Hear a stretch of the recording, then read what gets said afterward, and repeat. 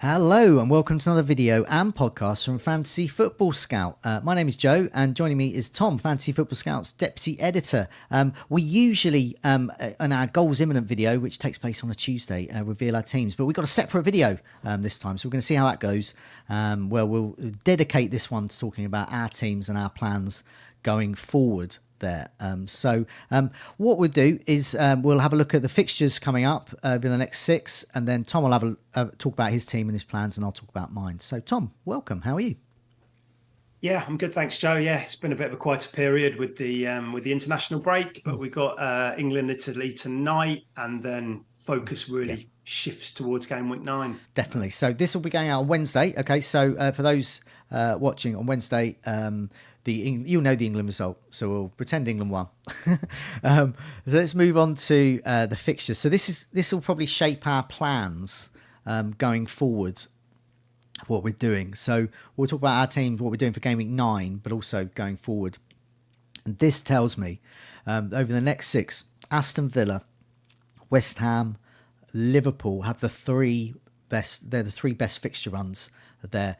Meanwhile, Luton, Fulham and Chelsea have the worst. Manchester City have a real mixed bag from an attacking point of view and defensive point, certainly from defensive point of view. They've got Brighton next, Manchester United, Bournemouth, and Chelsea, Liverpool and Tottenham. So it's quite tough. Meanwhile, Tottenham's fixtures become a bit more middling, and that's sort of the same with Newcastle as well. They've got Crystal Palace and Wolves, Newcastle. Then they got Arsenal, Bournemouth, that's good. Then Chelsea and Manchester United, so it gets a bit mixed. Same with same with Tottenham. Got Fulham next, but then Crystal Palace, that could be tricky away.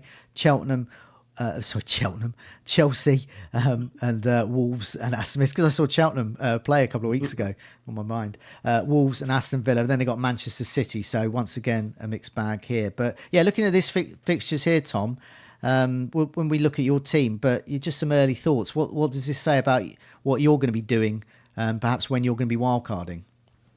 Yeah, well, I mean, I'm planning a game week 10 wildcard, and it's easy to see why when you look at the ticker and then you have a look at my team in a minute. I'm heavily loaded up on teams like Man United.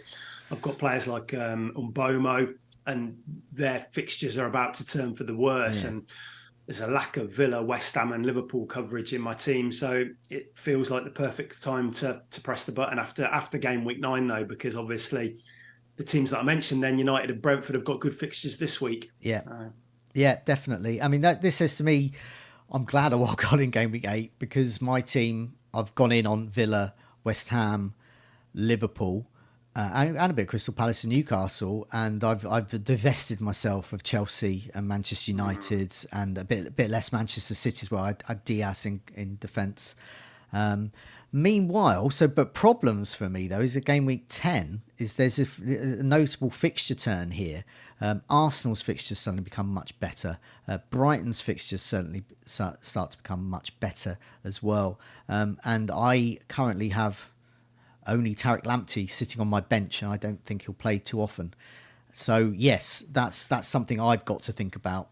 But it's something you can consider on your wildcard. Let's just jump straight into your team. Do you want to read out who you've got for game week 9 and who might come in, who might go out, and sort of how this fits in with your plans to possibly wildcard in 10? Yeah, so yeah, this is realistically the last week I'll be fielding this team. I've got Onana in goal. Bit concerned about United's defence, but away against Sheffield United, I'm going to play him. I've got a back three of Saliba, who's currently flagged, who goes to Chelsea, Cher against Crystal Palace, and Udogie against Fulham. So happy with 2 of those defenders. Not so keen on Saliba, but that might be a transfer there. Basically, I'm with the transfer this week. It's going to be a 1-week punt. Yeah. So okay. I can have a bit of fun with it. Whether or not I want to play it safe and shift Saliba or do something further forward. I'll mention that in a minute, though. Rest of the team, Umbomo at home against Burnley. I've got Fernandes and Rashford at Sheffield United, and Son and Richarlison at home to Fulham. So that feels like... there's a few there's 4 underperforming players in there, but the fixtures are good this week. Yeah. So it doesn't feel like that needs much work. So I'm pretty sure that will stay the same unless we get any injuries. And then up front, I've got double Man City, Alvarez and Haaland, who will be my captain. On the bench, Areola, Archer, Gahey, and Tarkowski. Okay. I mean, the first thing I look at before you mention, what your moves would be, is home advantage. You've got, I mean, virtually all of them are at home except for the Manchester United guys and Saliba, and arguably that's the best away game you can get for Manchester United against Sheffield United. So they're easy fixtures, rest at home, which is good, strong fixtures there, and Saliba away to Chelsea, that could easily be a clean sheet. This is a really, really strong team. I mean, we say it every week. What? Yeah, I mean, you're going to burn a transfer? No, I mean, it hasn't been a great period over the past kind of 4 or 5 weeks. I kind of peaked at game week 3. It hasn't been great since then. But the team, like most week, it's felt okay going in. I mean, I've got 2.4 million in the bank and 1 free transfer. So Saliba could easily become Trippier, which would give me the double Newcastle defence. That move feels a little bit, I don't know. I'm just kind of thinking, I can have a 1 week punt. I can have a bit of fun on a player which nobody else owns. Do I want to go for Trippier? But then I do look at the rest of my team, and there are quite a few punts in there anyway. Players like Richarlison, even the United double midfield. Not many people own them anymore. But that's an option with the free transfer to go Saliba to Trippier. And then I've got another player at home. I think, I mean, looking at it, I mean, it's the only weak link, and it's not even a weak link, Saliba. And Saliba, I mean, if you can do Saliba to Trippier, I would just do that for 1 week. Yeah, I think that's probably where I'm leaning at the moment. The only other position which might be a problem is Alvarez, because obviously he's on international duty with Argentina this week. Now, in game week 5, he came back and he played 90 minutes. And he got a couple of assists against West Ham after the last international break. But City are in a better place now. They've got more options. They've got Grealish. They've got Doku. They've got Foden. They've got Nunes who's come in. They've got Bernardo back. And so that could, if there's potential, if I think that he's going to be rested, I'm not totally averse to taking him out for 1 week. Yeah. And if I were to do that, and if I were you to use my transfer, I'd probably be looking at Callum Wilson because Isak's got Isak's flagged at the moment. He's pulled out of international duty. So if I could get into Wilson, who isn't on international duty, who's rested at the moment for that Palace game at home. Palace at home isn't a great fixture, but Wilson at home is a good player to own. He tends to get involved. I would be very surprised if he doesn't get a return, and he could get a haul. But that could be. Yeah, I think that could be a really good move too, because especially it's quite a nice predicament to be in before the game week 10 wild cards. I mean, I remember this kind of role before. The times for some reason, the 1 week punt before wild card, the one that I always remember is Arnautovic at Stoke.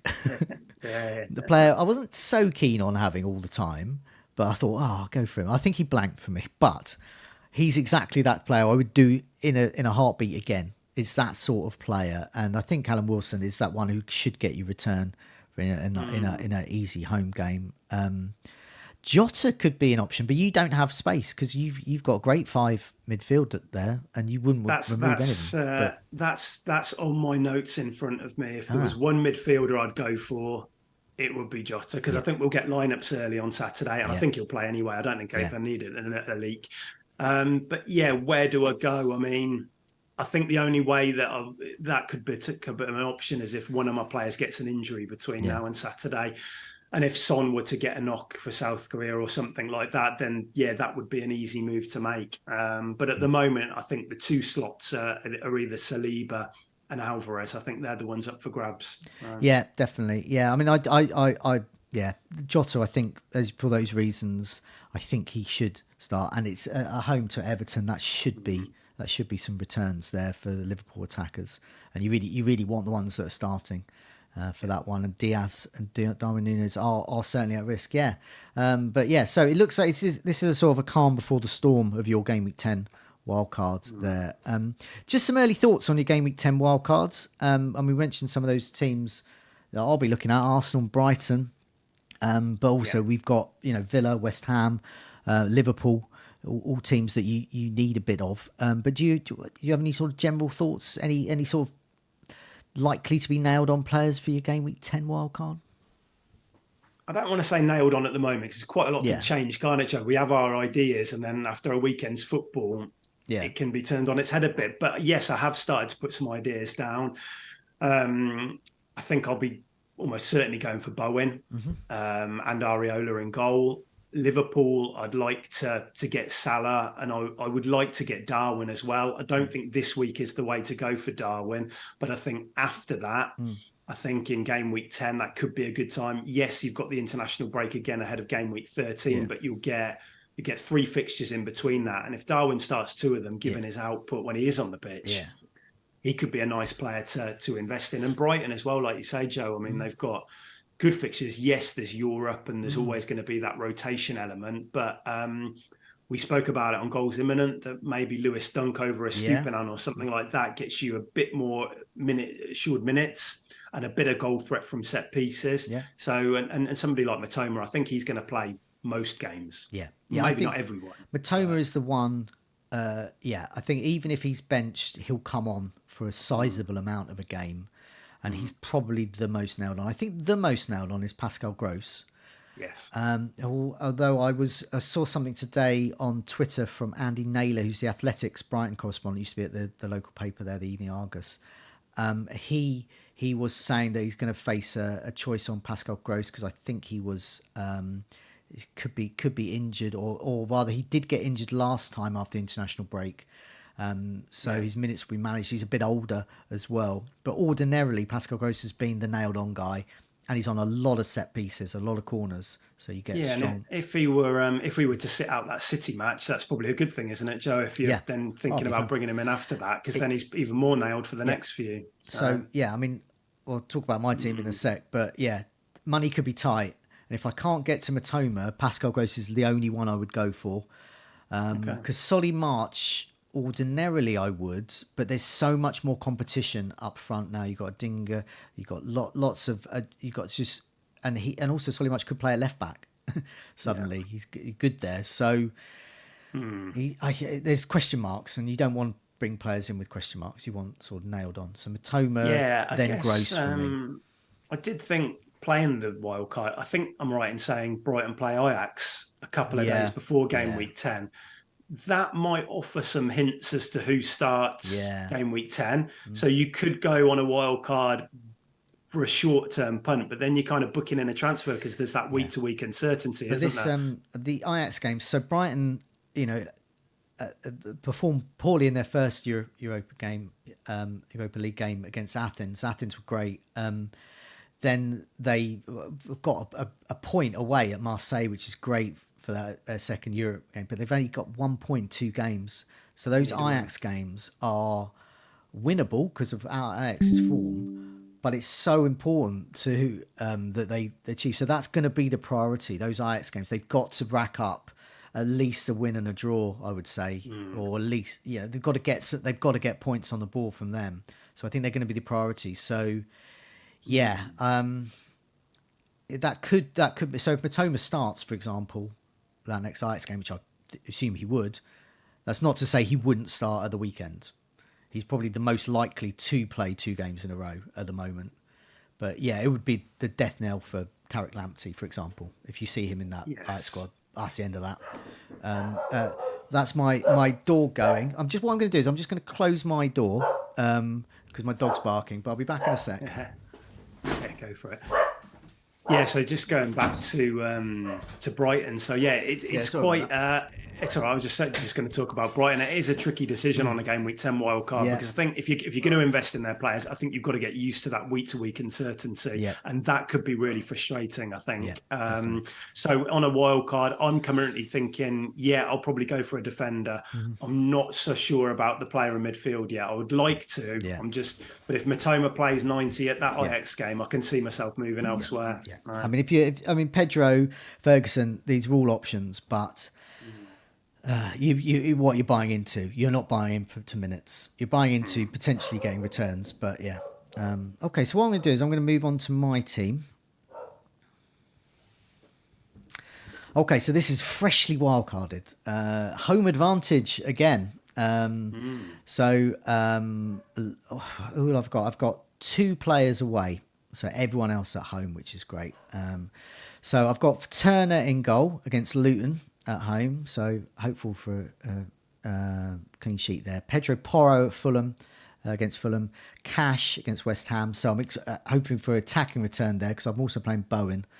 And then I've got Dan Burn at home against Crystal Palace. So I'm pretty pleased with that. All at home. And then I've got Maddison and Son double up. Pedro Neto. Salah is my vice captain. And then I've got Bowen, who's away. And then I've got Watkins up front at home to West Ham. And then Haaland is my captain. And then on my bench, I've got Areola, who's ready to go for Game Week 10 for his run in my team. And then Archer is my first sub. Anderson it could also be first sub. I don't expect he'll get a clean sheet at Newcastle, but could get a goal. And then Tariq Lamptey against Man City, definitely my third sub. I'm going to do nothing with this because I want to go into Game Week 10 with 2 transfers. So I can do either a mini wild card, so take a hit and do 3 transfers, or just do 2 transfers. I've got 0.3, I think, in the bank. So if I could sell. My plan in Game Week 10, all being well, is Son and Neto, because in Game Week 10, Son is away to Crystal Palace, and Neto is home to Newcastle, so not great fixtures there. I can upgrade Neto to Matoma, and I can downgrade Son to Saka. I can do that on the money now, which is why I hope everyone sells Saka and Matoma so I can afford them. So what hopefully at the moment, I can earn an extra 0.1 by Neto going up because I'll have earned a 0.2 on him. Similar with Son, I think. I know I've already made a bit of money on him, so another price rise for Son, I could make a bit more. If Matoma and Saka could go down in price, but if everything stays exactly as it is, I can make that move. But as you mentioned about Brighton and Ajax game, I think information is so key. I'm not going to make that. Oh, I'm not saying I'm not going to make that move early. I may make that move early after, well, as soon as the Game Week 9 deadline's out of the way. But I don't want to because information is so key. And Matoma could get injured. Zerbi could say, there's no way Matoma's playing this weekend. Saka could still be injured. Saka could get a new injury. Martinelli could be the one. He's cheap, who I can definitely afford. So by waiting, I could end up missing out on those 2 transfers, but I could end up getting perhaps Martinelli and Matoma or Saka and Pascal Gross and end up with more points. So I'm just sort of trusting in information, but it's going to be a tight squeak. Yeah, but I think that it's really nice to have cheaper options on both those teams who are very good options still. You know, Martinelli, what a great differential. I think his ownership's 4.4%. Yeah. For people, I mean, I think I'm going to struggle to pass that opportunity buying Game Week 10 on a wild card because, you know, we've seen in the past Martinelli is capable of big scores. Tends to play very well with Jesus as well, who's fit, and so I think you're in quite a good position, and the team looks great for this week. I think even the away players that you spoke about, I really like them this week. I think Neto at Bournemouth, given their problems defending set pieces, and Bowen, if I wanted a player to play Villa, it would be the right winger because we are a bit more advanced on the left. Dean goes forward a bit more. And West Ham love playing Villa. So Bowen seems like a good shout, I think. And it looks like a great team. Well, yes. But see what happens. But we've been here before. Now, so far this season, I've gone up 1 million places. I've gone down 1 million places. I'm currently at 300 and something K, 300K in the rankings. But I was 1.3 the previous week. So on the last international break, I had a terrible week the week after. So yes, on paper, this looks great. But I think you never know. And with international injuries, all it could take is perhaps a few international injuries or a few bit of resting. Fulham to really sharp against Spurs. That would decimate me. And Turner, to concede against all of my differentials, my dicemen as I call them, because they're on live FPL, they've got a little dice symbol. They won't return, but yeah. So I'm not pressing my smug button yet. No, It's a long way but off. I think, but it feels strong going in. I mean, we've been doing these team reveals in the goals imminent video for a while, and every week I've been looking at my team recently, thinking it looks strong. Not really having a lot of transfers No. it hasn't required a lot of surgery. And I've been on a terrible run. I think I've had 5 reds in a row since game week 3, and I've been dropping. So yeah, you look at your team some weeks and you think this is great, and it just doesn't play out like that. But I think at this stage of the week, certainly that looks like a strong team. You've got clean sheet potential with Turner and Burn, and Porro. I think Villa will probably concede, but you've got that attacking threat from Cash, haven't you? Yeah. So I think you look very well set up. And also a nod to you from our first Meet the Manager video I did with you many years ago. And one of your top tips there was you like to have a differential 4th midfielder. So for me, it's a 5th midfielder. But I've always been the same. I like to have players who score most points, but I like to have one that's definitely sort of low owned. And, have a bit of fun with it. And for me, Neto is that one. He's already got me a return, so he's got me 5 points so far. I hope he gets a return against Bournemouth, and I'll see him off. Hope for a Brighton midfielder. But yeah, so that's the player. So then that's why I quite like Martinelli over Saka, because he could potentially get more points because Saka's penalties is handing him over.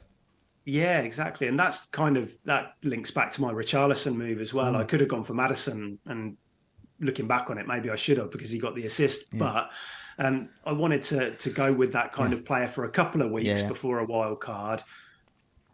He got some big chances in that match and he didn't take them, but we still got the Fulham game. And if he plays in that, who knows? It might pay off that move. But it is, I do like you, Joe. It's good to have that slot.